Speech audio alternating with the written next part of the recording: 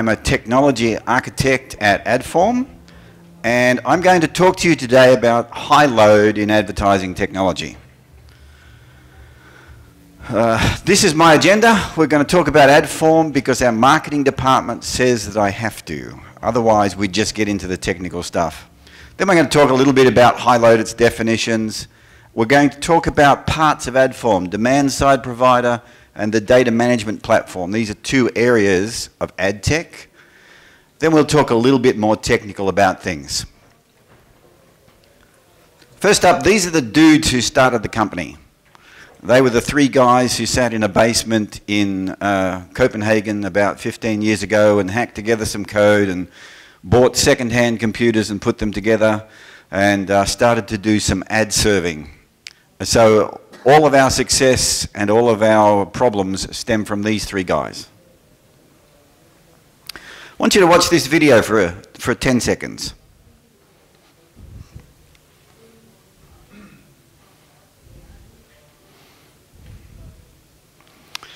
So this is Shinagawa Railway Station in Japan a couple of years ago. It's early in the morning. How many people did you see in that video? A lot. I guess about 200, 250 people are all milling around going through the particular gate in Shinagawa Railway Station. By the way, if you're ever in Tokyo and you don't know what time it is, and you know what time your train arrives, then you'll know what time it is, because they are absolutely always on time. And if they're late, they have people who give you a little note for your boss to tell you that the train was late. Wonderful place. So all of these people pass through a transport control gate with the equivalent of a transport card. You know, this smart card that you touch on something and you either get billed for it or the cost of the journey is removed from the card. So you've got literally hundreds of thousands of people in a short period of time touching those control gates. Those are all some kind of event that has to be processed by some kind of IT system. And so this is a graphic example of high load. I'm going to delve into something that's more high load than that. So let's talk about some of the principles. What is latency? Latency is the time it takes to do something. So from the start of some kind of activity to the end of it. We think of latency particularly when we may or may not be watching questionable videos on the internet, how long it takes to download or how long it takes to buffer. Latency we see as humans is how long it takes a page to load in our browser. But latency affects everything. It affects the network segment, the processing time of the server, the I/O time, the time it takes the disk head to seek, or if you're using an SSD, the time it takes to find its way through the SSD queue to find that particular portion of NVRAM that you're going to read. So latency is the time it takes something to do. In anything you do, from the time a user interacts with your system until a time they get a response, is a sum of individual latencies. Okay, so that's latency. Let's talk about throughput, and this is the only joke I'll tell, I promise. So throughput is essentially the rate of production, how many things you can do in a time period. So it's like power, so that's work done over the time taken, things done in a certain period of time. But if you take the old English phrase that knowledge is power and time is money, you get an equation that looks like this, right? And if you rearrange that equation, you'll know that the more knowledge you have, the less money you make. So if you've never experienced this, if you have an organization that has salespeople in it and technical people in it, technical people tend to know more than salespeople, yet who makes all the money? Okay, so I want to talk about availability. We think we know what high availability is, but let's think about some things in life that are high available. So the telephone. Almost always, if you have a landline phone, when you pick up that line, the telephone exchange is always there. It's never down. It's never doing garbage collection. It's always there. Your electrical supply, well, depending where you live in the world, your electrical supply is almost always on. Your water supply is always almost on. And more importantly, your sewer always works. Okay? But for the young people, we like to see things like Twitter or Facebook or Netflix or Instagram or Snapchat to be always there. Going back to the concept of water supply and sewer, which would you prefer to die of? An inability to drink or an inability to poop? Food for thought.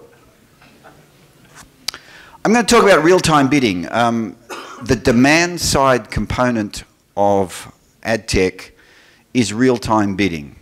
I'll explain what this all means. So when you go to a website, your favorite website, and it's sponsored by an advertisement, this little red box you see here is what we call an impression.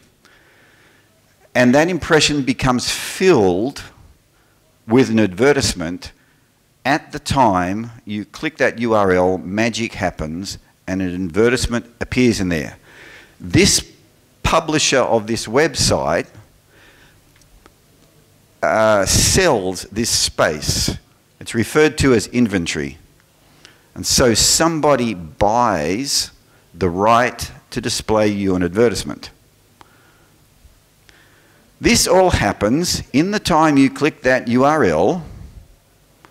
The publisher says, okay, somebody wants to buy my space, somebody's interested in looking at my website. They send a message out to an exchange that says, I have this impression for sale, and it's this big, and it's located on this side of the page, and the person who is about to view this impression lives in this country, has a couple of cookies attached to it. What else can we discover? It's this time of day, that kind of thing.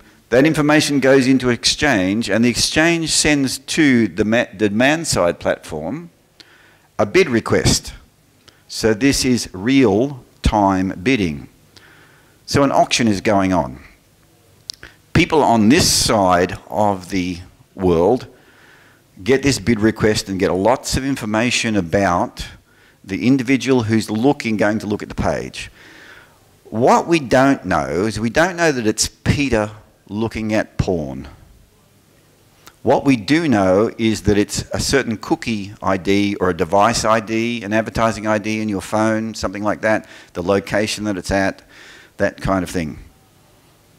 So when, from this side, we receive that bid request, in Adform, we go through the process of seeing, do we know that cookie? Do we know that advertising ID? And we store all of these things for about 3 months. And then we decide, do we know anything about that ID? Can we guess whether it's male or female, or whether they're interested in cats or flights to Hamburg or you know, new cars? We make all of those kind of assumptions based upon the knowledge we show. Then we look through our advertisers and we decide which ad is most likely to be interested to the person, this anonymous person. And then we bid and we say, we'd like to bid, I don't know, half a euro cent or a whole euro cent. Like, you know, living on the edge, we'll go all in and bid a whole euro cent. And then we might win the auction. We pay the publisher some money and we serve the ad that you go to see. All this happens between the time you click the URL and between the time the page renders. So when we get a bid request in, we have 50 to 70 milliseconds to make a bid or choose not to do it. So how many do we get? We get, on average, 1.2 million bid requests a second. Every second of the day, every day of the week. And it's very seasonal. On the 26th and 27th of December, we don't get so many. But on the months that lead up to the last few months in the year, we get a lot, and it steadily increases. We have a bid latency. We spend about 50 to 70 milliseconds doing that. We only bid on about 30% of the bid requests. In fact, we have a smart filter that through data science, black magic, and voodoo, knows which bids we should bid on. So we went to the data scientists in our organization and we kneeled before them and said, "Oh, great gods of data science, here is our problem. Can you solve it for us?" And they looked kindly on us and they waved their hands magically upon us and said, "Come back in 3 weeks." And they went away and did their thing with all of our data, and they said, "Yes, we've solved the problem. If we do this, this, this, this, and this, we will be able to early on the bid request cycle filter out the things we're not interested in." So instead of taking 30 milliseconds to decide if we're going to do a bid request, we can do it in a couple of milliseconds, which is great. So we bid on 32% of them. We only win less than 1% of them. At any one point in time in the market, there is about €1 million worth of real estate on some website for sale. That doesn't mean everybody makes €1 million every second. It just means that every second of the day, there is this much money available to be purchased. This much real estate available to be purchased. We tried to purchase 32% of it. We only purchased 0.8% of it. And then as a business, this money comes from an advertiser, goes to a publisher, and we take a little percentage of this 0.8%. So that's the way the money flows. Do you think that's high load? We've got 8 billion things we have to look up in and decide to bid on in 50 milliseconds, and we get 1.3 million of these every second. So how do we do it? Well, there's some technology on the screen. So if you look over this side, we've got a nice Nginx load balancer. And that means that we can get a gazillion bid requests in a second, and we can spread it out to our technology that we call bidders, just here.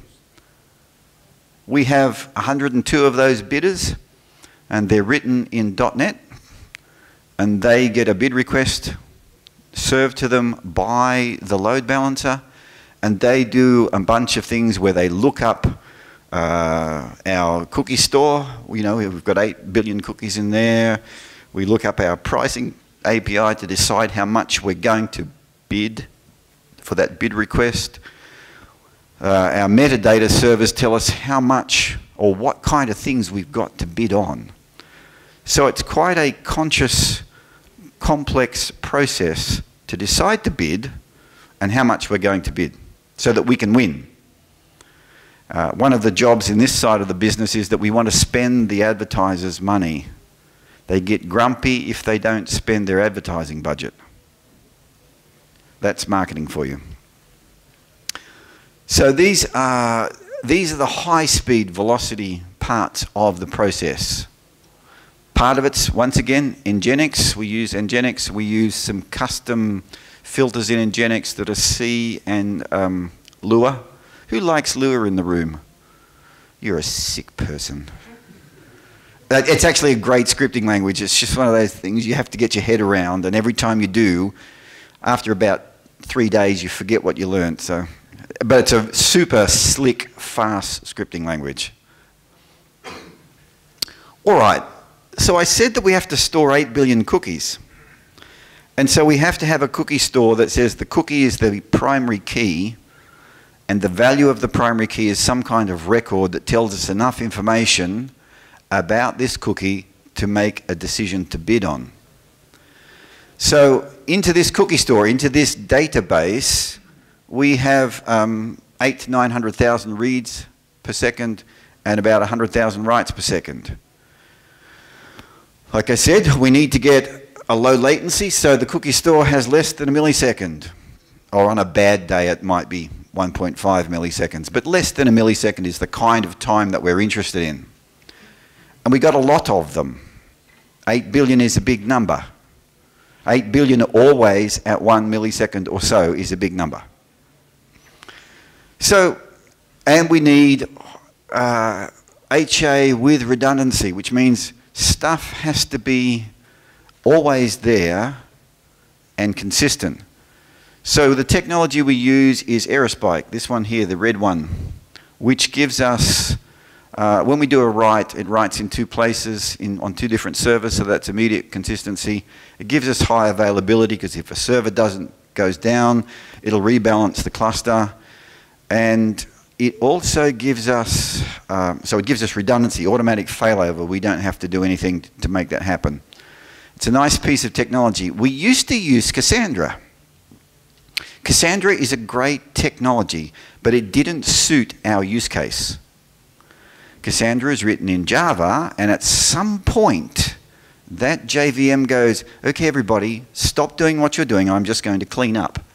Remember when you were a little boy and you had your toys on the floor in the living room, and your mother wants to sweep or your father wants to sweep and vacuum, and you have to get all your stuff and get up on the sofa with it while they clean house, then you can go back and do what you're doing. That's what garbage collection does. It cleans house. So what was happening was when Cassandra would do garbage collection, our ability to bid was reduced. We also had a massive Cassandra cluster because we had to put 8 billion's worth of things in RAM. So we went to Aerospike and we're down to the average size of our cookie store is about 8 servers. They're big servers. They do have SSDs in them, but there are only 8 of them. And it's much easier to administer 8 machines than it is to administer 150. But we had a problem. We had a terrible problem. The problem was this: it was taking us too long to decide what we were going to bid. We knew in about 5 milliseconds who the person was, what segment, what audience they were in, and then we went, okay, well, we know they're a guy in his late 50s who's interested in helicopters and Arduino programming and Raspberry Pis, but we don't know what ads we have in to put in front of him. So we have to look through some filters. And these filters were written in the .NET dictionary, using .NET dictionaries, which is a hash table. It's not a bad technology. In fact, it's a really great technology. But we had used it beyond its limits. We had got it right to the point where we had stretched it that it was not designed to do. So if you understand how hash tables work, you have a hashing algorithm, you put a primary key in there, you hash it, and you take that hash, and that's the bucket that you put stuff in. And then if you've got two things that end up with the same hash in the bucket, then you have to search through them linearly and compare it, all that sort of stuff. You can improve the performance by increasing the number of buckets, etc. Only up to the limit of the design of the technology. So you end up with this massive, probably a red-black tree inside of there that you have to traverse. So sometime last year, the CEO of the company walked into me along with the CIO and went, "We're having trouble. We're not able to spend as much money as we need to, other people's money." And in my mind, I went, "Oh, well, what do you want me to do about it?" So I went and I visited the team, and the team had tried 18 or so different things and were working on a bunch of others. And what they came up with was they went back to computer science and they replaced the dictionary with a fixed byte array on which they did binary searches, so an ordered list that they could do a binary search on. But they had to go back to computer science to decide this. So Uncle Pete's advice on this is, when you get stuck and the framework doesn't do what you have to do and you're right on the edge of things, maybe you have to go back to first principles. The result was that we reduced the latency by 67%. That meant that we had a 2.5 times capacity in our bidders. So, from a software change, just software, not hardware, no changes in the network or anything else, we get this kind of result. So that was on the bidding side. That's the real cool, sexy side where wonderful, magical things happen really quick. The data management platform is the platform where we take a bunch of information about you, your cookie, what you've looked at, which websites you've been to, data that we buy from people, data that people give us for free, data we collect ourselves, and we put a cookie into an audience, or a segment, is the way it's called. So we put this cookie into the male segment and the between 55 and 65 segment and the just searched for flights to some place segment, that kind of thing. We also have information that if you visited a vendor site and they share their data with us, they might say, well, you went to Lufthansa and you went to KLM if you're, but no, and you went to Ryanair if you're really crazy, and you're obviously looking to go someplace. So that data we take in and we store it. If you have a look at your browser, you'll find a bunch of tracking cookies. So there's the one that Adform uses. This is Google. This is also Google, and so is that one. What else can I see in there? That's a Danish specific website. There's a Facebook one. So people track a lot of information about you, and in Europe it is a requirement that you are told that they use cookies. So maybe 15 years ago we were all worried about computer security. Today we tell the world everything we do. Right? We tell Google everything, we tell Facebook everything, all that data's there, and you can mine it. So nothing's really private. So we traverse through that data and we look to find things that are the same. So how big is this? We have less cookies in here, and that's a function of the way, what we call a cookie and the way we store them. We have about 5 billion.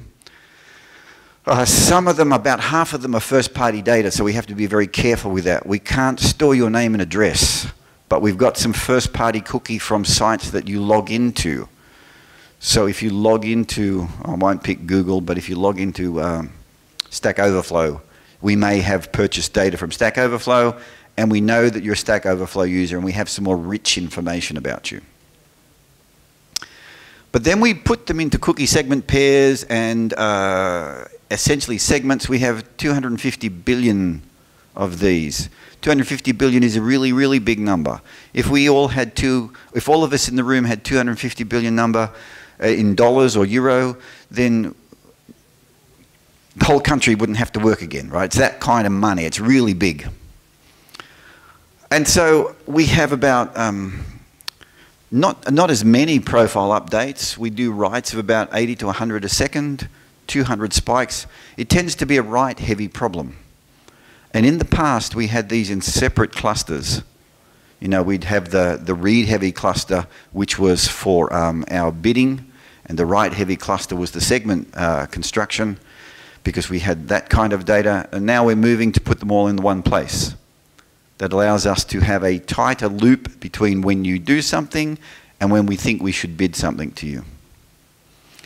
The challenge we have is it grows twice in every 6 months. Recently, we were thinking about expanding our Aerospike cluster for our DMP. We had to double it in size. But Aerospike itself released a new piece of software that used memory differently, and we were able to have essentially 4 times the capacity on the same hardware by just upgrading the software. Okay? So how do we do it? If you imagine this big stream of data that comes in out from the internet, and we've got to do something to that stream. So we use a Lambda-style architecture to sniff at the stream as it comes in and change it a little bit. So the modern term is function-oriented programming. So we have stuff that does that. We have a Kappa-like architecture that takes our real-time, in-time flows. So if you're not familiar, if you're familiar with a log-structured write, where you always write at the end, it's that kind of style where you're always just appending, and then you can process from the beginning up to a point at your leisure. We use OAuth 2 everywhere. 18 months ago, we decided we needed to be OAuth 2 secured. So everything is OAuth 2 accessed, except for stuff inside, but I'm not telling you how to subvert our systems. And we have a microservice architecture. I'll make a comment right here about the microservices are a way for you to scale the individual components of your systems. They're not new. It's been done for 30 years. I've been doing it for 30 years. But you have to be grown up about it. If you can't get your algorithms, your subroutines to work together in one address space, in one program space, pulling them apart and putting them into microservices will not make it easier. So you have to be a grown-up person. You have to be a big boy and do it right to start with. I'm not saying that you're not. I'm just saying you have to work hard. All right, so this is the DMP technology, and if you just stand back without reading them all, we tend to have one of everything. So it works, it makes money, but there's a lot of things in there, a lot of technologies to learn. So you as a developer may have to touch a lot of things. So we're looking at our version 2 where we're going to reduce a few things. We're going to move from Kafka to Confluent, for example. Confluent is the people who write Kafka, and they have this thing that sits on top that makes Kafka less messy and more ordered. We're thinking about getting rid of Redis and just using Aerospike. We're looking to replace MS SQL with Postgres. We're trying to get rid of Mongo because we don't really need it. It's there because we used it. We can use something else instead of Mongo. Nothing wrong with Mongo. Brilliant document store. We just don't need it. We don't need the technical debt and the complexity. And we want to try and get rid of Java, mostly. We don't really do much in it. So we're doing a lot of stuff in Scala today. So, what were the problems? The problem is it's huge. It's just huge and it keeps growing fast. So with 9 or 10 developers, we tend to have 4 or 5 of them handling the fact that it's huge. Not coding, just doing technical stuff to work out how we can make it scale. So we chose, once again, Aerospike as the real-time cookie store.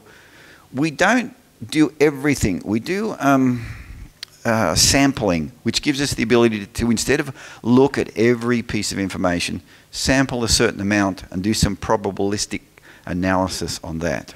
Otherwise, we would never have the machine. This is our fun. Our graphite, graphene, and Grafana, and everything else that starts with graph are our favorites. We look at logs, we log everything, and the way we write log messages is traceable. So that it just doesn't go unknown error at a certain time. It tells us where the error was and what was happening at the same time. So that you can look at it as a whole. Okay, so that's 2 parts of AdTech. I'll talk to you about DevOps and how we manage this kind of scale. So first of all, we have lots of stuff, right? Lots of physical machines. Just up there, lots and lots and lots of them. We have chosen to build a private cloud rather than using a public cloud. And here is the reason why. At a certain point, it becomes less expensive to build your own private cloud than it does to use a public cloud. Now that equation is specific to you. That is exactly what you will need to do, but your parameters in that equation are unique to your own organization.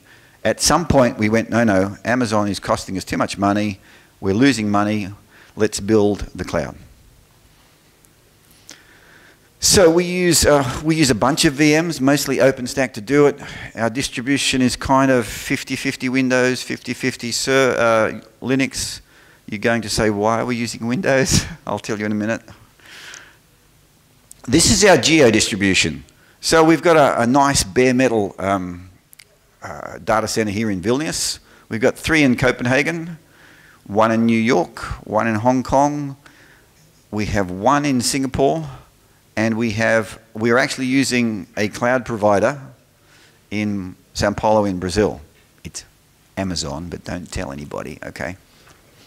So, as you can imagine, there are some challenges associated with providing the network infrastructure, but also some challenges in pushing changes, whether the changes be data, or whether the changes be program code, or static HTML pages, or ads that we want to show. We have to push them to the right location. So there's some challenges with that. We have a magical network. It's dark fiber.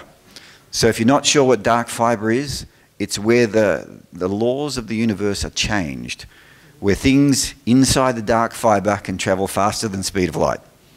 I've just shared with you all of my knowledge on it. We have some people in our organization who know it really well, and when they talk to me, I go, that's really good, great. And then I walk away feeling stupid. So we use dark fiber, and we have mega bandwidths that go everywhere. Apparently through our VPN, you can watch some really interesting video over it without affecting the performance of the company. So I've heard. When we provision, we got a couple of things. We use Foreman up to the OS. So if we wanted to provision a new physical machine, we'd use Foreman to do it for us, and then Puppet takes over. We use Terraform to launch most of our VMs, and on the right-hand side is a video, actually, of us launching 100 VMs, and Terraform saved us a bunch of time. Why didn't we use Vagrant or something like that? I don't know. The DevOps people are wise and talented and smart people, and they did their own proofs of concept and came up with the answers for themselves. So the decision wasn't a religious decision. It wasn't, well, I love Terraform and I hate Vagrant. They did their own work and came up with the right answer. Okay, so we have OpenStack. The idea behind this is that we can have a multi-region self-service. So if I, as a developer, want to have something in our dev environment that's physically running in New York City, I don't have to fill out a JIRA request to ask somebody to do it for me. I have the capability within some boundaries to do it myself. And that way we don't have to employ 8,000 people sitting there reading the JIRA request and going, start. We can just employ a few people and we can do it ourselves. So we cut the costs there. Sometime in 2018, we're going to introduce as a service from our DevOps people, both Kubernetes and containers. Now, I've put the Docker graphic up there because I couldn't find a generic graphic for a container. It's probably going to be Docker, but who knows? I don't care. It's just going to be a container. If you're not familiar with what containers do, there's some magic inside the Linux operating system, which allows you to limit to a certain process or set of processes the file system, the memory, the CPU, and stuff like that. So look up C groups and things like that, namespaces. Once you've got a container, though, you need to orchestrate it. Kubernetes is the thing that we like the most at the moment. It allows us to declaratively say we need 20 of those and 30 of those, and sometimes we need to let them extend from 30 to 50, and that will all happen by itself. So it is the failover, load balance, elastic type environment that we want for managing our containers. If you try to manage your containers by hand, you will have some heroic people who will write some wonderful bash scripts, but after a while they will hate you and they will resign and become Uber drivers because it's easier. So we're looking at these technologies. The more I read about this, the more I like it. It doesn't mean it's the best technology, it's just the one that I like today. Okay, .NET Core. Who's a .NET developer? Who's used .NET Core? Okay, so I'm preaching to the choir here. Why we use .NET Core and Adform? We've only just started to officially do it. We've done it before in the past, just here and there, but now we're doing it officially. So why are we bothering doing with it? So we've got a couple of things. Our audit logs in it and our API gateways written in it. Why would you bother with it? First of all, we've made a huge investment in .NET skills. So never, ever, ever discount the amount of money or time that has been invested in the human beings who work with you. So we have a huge investment, huge number of our engineers are wizards at .NET, all aspects of it. So we know it very, very well. It would be nuts, absolutely insane for us to say, oh well, we're going to move away from .NET. We're all going to now learn Ruby or something like that. It would be an insane decision. There'd have to be a massive reason to do it. There'd have to be good business value. The second thing is, it is nuts to run a Windows VM on top of Linux. It sort of just makes you feel super uncomfortable. Like, why should I have this operating system running on top of that operating system, burning CPU cycles, doing stupid things that it doesn't need to do? It's like when you walk down the street and you get a rock in your shoe. You can put up with it for a while, but it's just annoying and it gets in you get a blister from it and you have to deal with the blister. It costs you something. So we're looking at running as much as we can in the future. Not tomorrow. We can't do it tomorrow, but over a period of time. If we can use .NET Core, we can. That way we can put whatever that service is in a container and run it on Linux instead of needing a Windows VM. Nothing wrong with Windows. Okay, there's nothing wrong with Windows. We just want to contain the complexity that we have and reduce some costs. I would prefer to have people employed here in Vilnius than buying 3 more servers and having to lay people off. That's my personal preference. It's not a company policy, by the way. That's the way I like to work.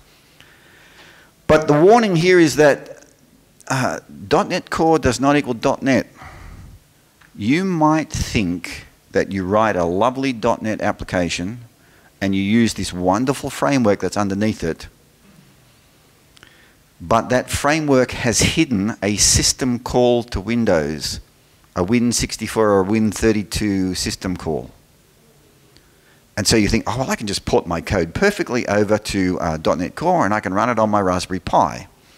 And then you discover that you can't call swap mouse buttons or something like that on a Raspberry Pi.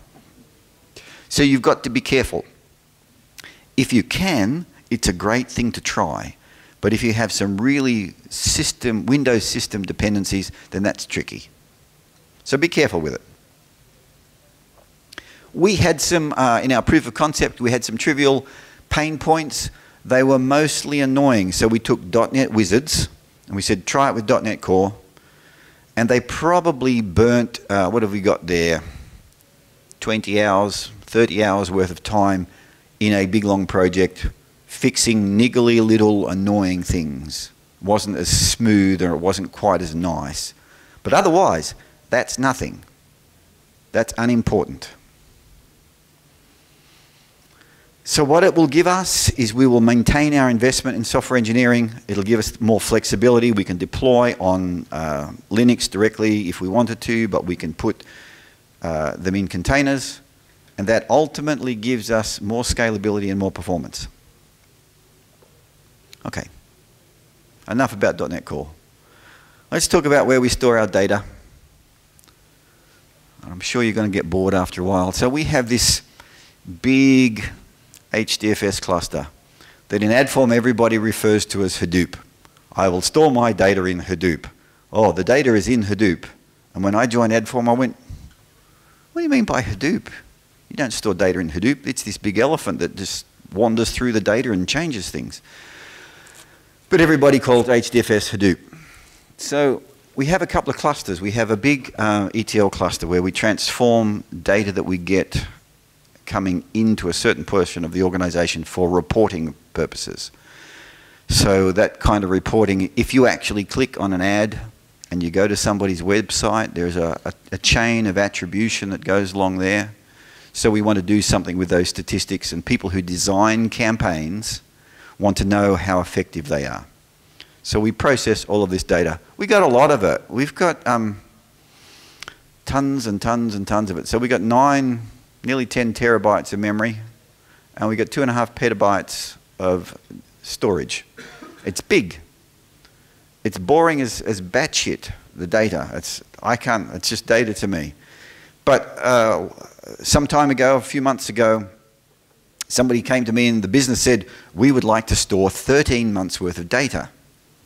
13 months is a year's worth plus all of Christmas, whichever way you look at it. So you've got a really good profile that you could do there. And they said, could we do that? We went, mm-hmm. So the guys in IT calculated that we needed 800,000 euro just for the hardware to expand our HDFS cluster. And then somebody said, oh, that sounds bullshit, Peter. Do you know what that number should be? And I went, in my mind, I went, hang on a minute. The experts have just said 800,000 euro. So I just went to any geeky techo website and calculated how much it would cost me to buy enough USB pluggable drives, 3 terabyte or 4 terabyte drives, and just as a bullshit meter. And so I worked out that we'd need to spend 500,000 euro just on the drives. So that was enough for me to say, no, 800,000 is the right number. No matter which way you look at it, it's going to be the right number. It's probably better than what I could calculate. And I said, your choice. Is that amount of data worth $800,000 worth of capital expense this quarter? And they went, oh, well, maybe just 3 months is enough. So there's a little lesson there. When you are asked to build an anti-gravity machine in your software, say, yes, we can do it, cost it out and go back and say, okay, it's going to cost you your income for the rest of your life and all of your grandchildren as well. Is that what you want? They may say yes. They may have got capital investment from, Donald Trump or somebody like that, where you invest and you go ahead and do it, as insane as it might seem. But you get to build an anti-gravity machine, right? It's cool stuff to do. And then they'll get a reality check and they'll say no. So it's okay to go back to the business always. It's going to cost you 3,000 man days to do this, and we have a backlog like this. Which piece would you like us to move around? And get them to sign off on it, hold onto their left testicle while they're doing it, and say, if you change your mind, I'm going to squeeze. Let me talk about Hive and Spark. We had a certain kind of processing where we would process an amount of data, and it would take us 100 minutes to process that amount of data using Hive. We just did the same algorithm in Spark, and it was about 15 times faster. Now, that includes that we were experts in Hive and we were beginners in Spark. So the difference is not, once again, it's a software change, but it's a style of processing change. If you've done any Spark, it's kind of cool and sexy to get things done really quick, and then you'll do something stupid, and you'll have this DAG graph that goes out and 15 million things are being swapped from one place to another. But you can do some cool things in Spark. So we're focusing more on Spark now and trying to move our other kinds of functional processing to Spark. We can't do it all at once because we have something that works using Hive and it makes money, and nobody has funded us to move that yet. They're accepted with the time. One of my jobs as an engineer is to say, as an architect, to say is that, okay, that's fine, but it costs 3.5 people every day, every month, every year to do it that way. Could we do it another way, spend 30 man days on it, and have those 3.5 people do something useful? And I have to make those kind of arguments. And then they tell me that some salesman in Germany has sold something and said, no, we're not doing that because we have to build this feature. And I go, okay, your money. So let me talk about column stores. We store a lot of data that is a column-oriented problem. Everybody know the difference between a row problem and a column problem? The column problem is the where clause, where cats are 27, where dogs are 53, and mice are between this range and that range. It's that multi-predicate where clause. So we use Vertica for that. It scales out quite nicely. We have tons and tons of it, like 250 terabytes of data in a Vertica store. Our data scientists use it because they like doing columnar type problems, and we do a lot of reporting out of it. Do we use it the most efficient way? Probably not. I mean, we're just like everybody else. We're not wizards, but we use it. We've had 0 complaints so far. It is very expensive, okay? So behind the word expensive, you put a word starting with F. But it works. So it's flaming expensive or something like that. As our row store, I've already suggested we use Aerospike. So everybody knows what a row problem is. You have a primary key and you want some piece of data, a record or something associated with the primary key. And you want to get that quickly. So you'll notice that the size is we only have about 15 terabytes of Aerospike as opposed to 250 terabytes of Vertica. But we can get it back in a millisecond, regardless of how many things we store or what machine they're stored on. So we can read and write in about a millisecond. Now, if you're reading mice, it's less than a millisecond.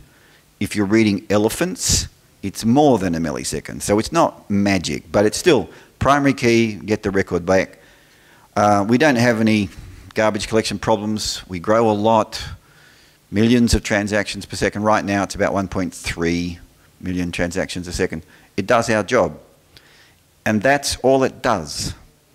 It doesn't make your coffee in the morning. It doesn't put your baby to sleep at night.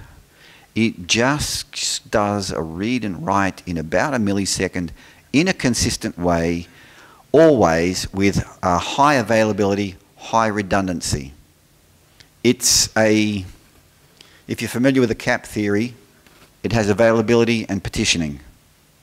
So there may be a consistency moment where things aren't quite consistent, but for our problem, we don't mind. Kafka. Before Kafka, life was terrible. To do an integration, it would take about 3 months. I want to get your data. Okay, can you tell me which tables I should query here? How risky is that? All of those problems would take a long time, was costly. So we introduced Kafka to start with, and the problem became easier. You could just subscribe to a topic and get the information you're interested in. Also, you can replay the stream of data. So one thing we do when we want to improve our algorithm for bidding is we capture all the bid requests in Kafka, and we can replay the last week so that we can measure our current algorithm against our new algorithm to see if we actually have a real improvement with real data. Sometimes we don't, sometimes we do. Confluent is a company. These are the people who wrote Kafka. These are the founders, the people who worked for LinkedIn, who decided we need something that was a combination between a database, a persistent queue, and a pub-sub mechanism. And they wrote that in LinkedIn. Then they left and they formed Confluent.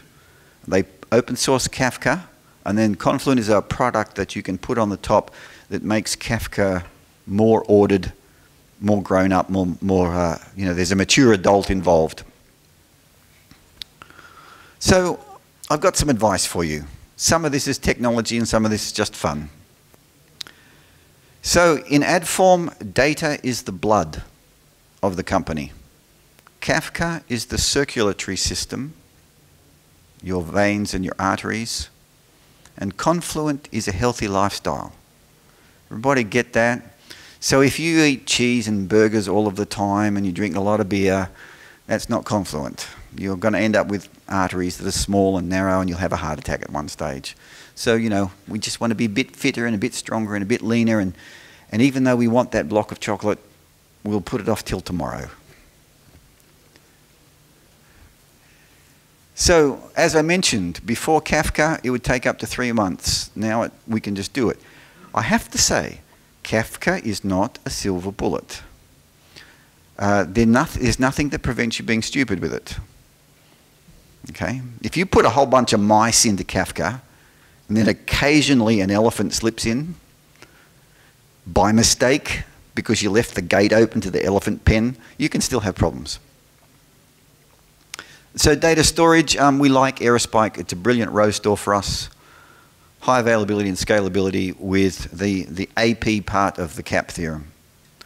Vertica, I said it was very expensive, but it's a great column store for us. There are other great column stores. There's another one that was actually written in Russia, and I forget its name. We're watching very carefully. It's an open source one. Brilliant column store. For storing the file system, the files that you put in HDFS, Parquet, if you compare a Parquet file, a big Parquet file, to say a CSV file, you probably be 30% smaller. So 30% of petabytes of storage is lots of physical disk drives that cost money that somebody has to pay for, right? So you can save money by doing it. And of course we found that Spark runs faster than the equivalent algorithm in Hive. Some technologies to watch. These are a lot of fun. So we have one GPU in Adform in a test server that I'll let anybody use anytime they like. But GPU technologies are quite sexy. One of the first places they occur in is columnar databases.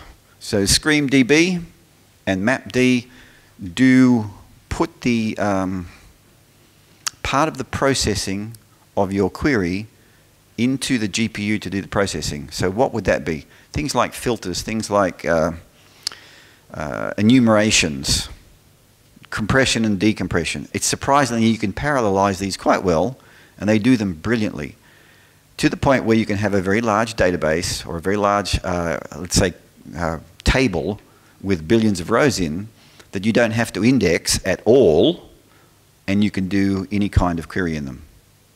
So very interesting technology. The other side of GPU processing is the world of deep learning like TensorFlow or Theano, where the computations of the tensors, those little pieces of computation, can be farmed out to something that was designed to do it.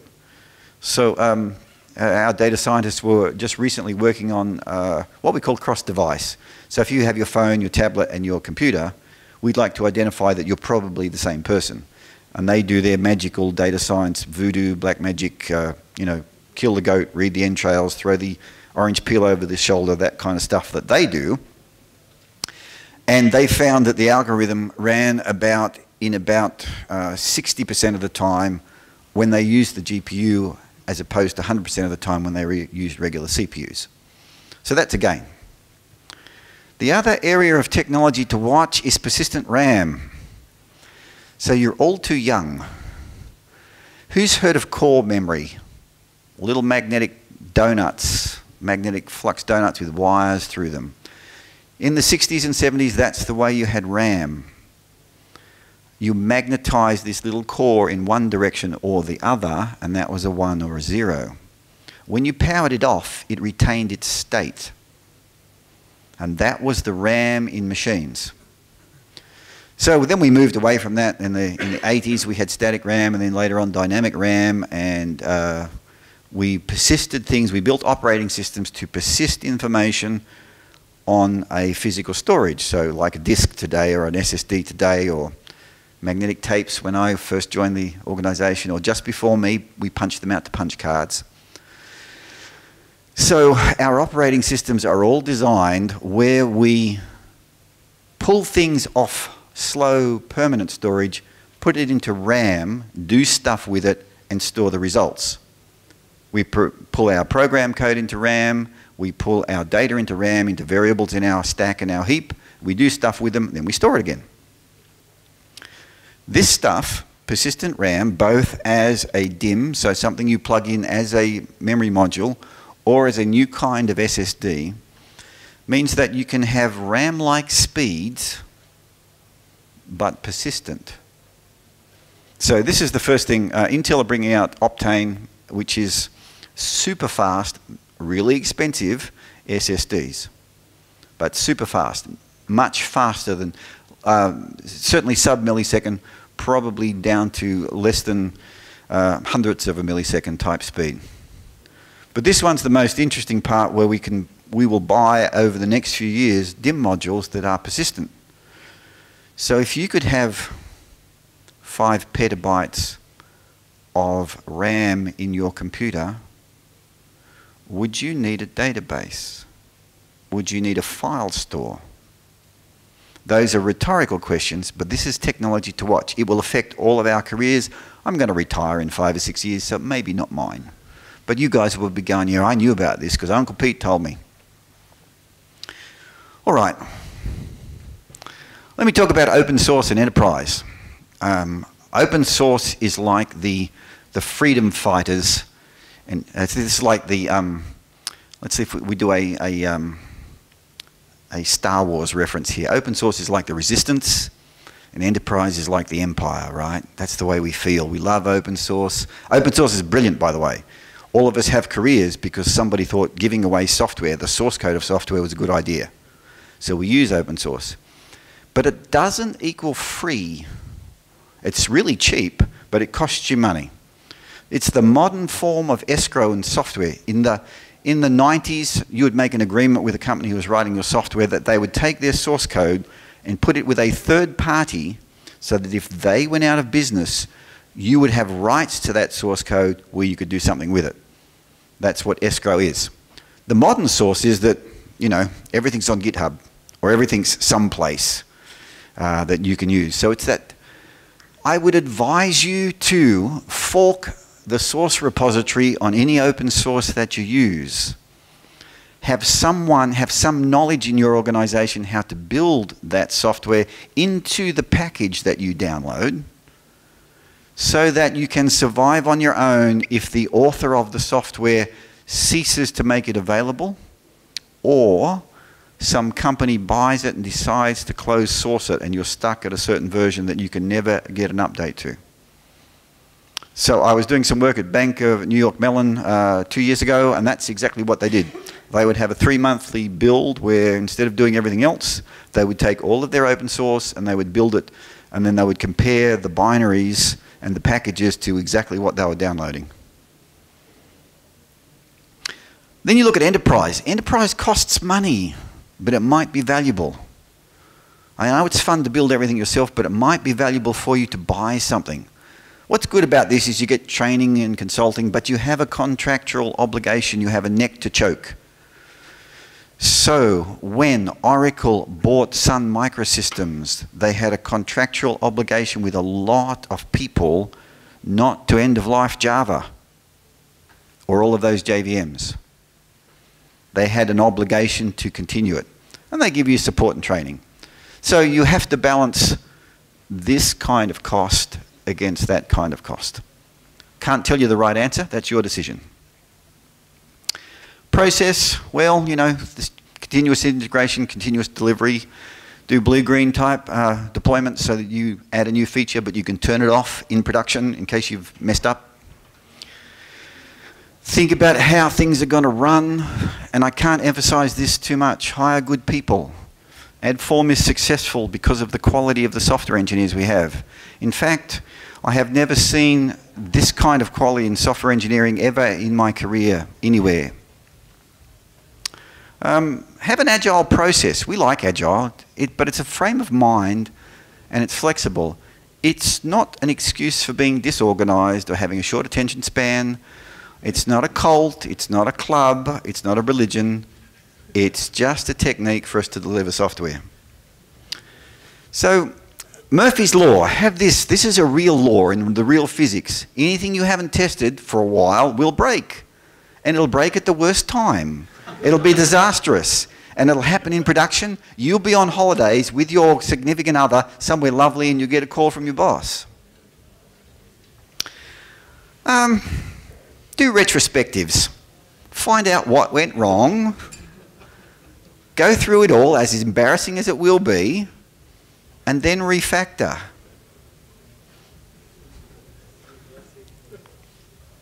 Okay.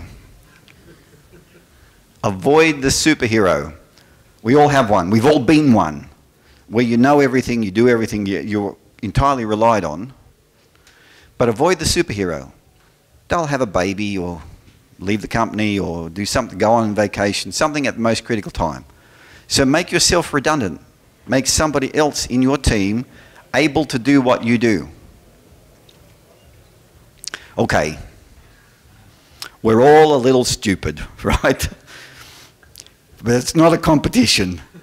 So, you know, do a peer review. Don't code it and hope for the best. I'd love to buy this book if it was actually published. Okay, the solution should be as simple as possible, but no simpler. That is a perfect solution, but it was just deployed incorrectly. Okay? The lock works great, the cable works great, that's fine. And when you have an idea, it's a hypothesis. You have to express it to your colleagues so that they perfectly understand your idea and assume that it's possible until you shoot it down and make sure that it is possible or it's not. So that's the hard part. Okay, parallelism at every step, every place, if you don't understand the difference between concurrency and parallelism, look at the graphic on that left-hand side there.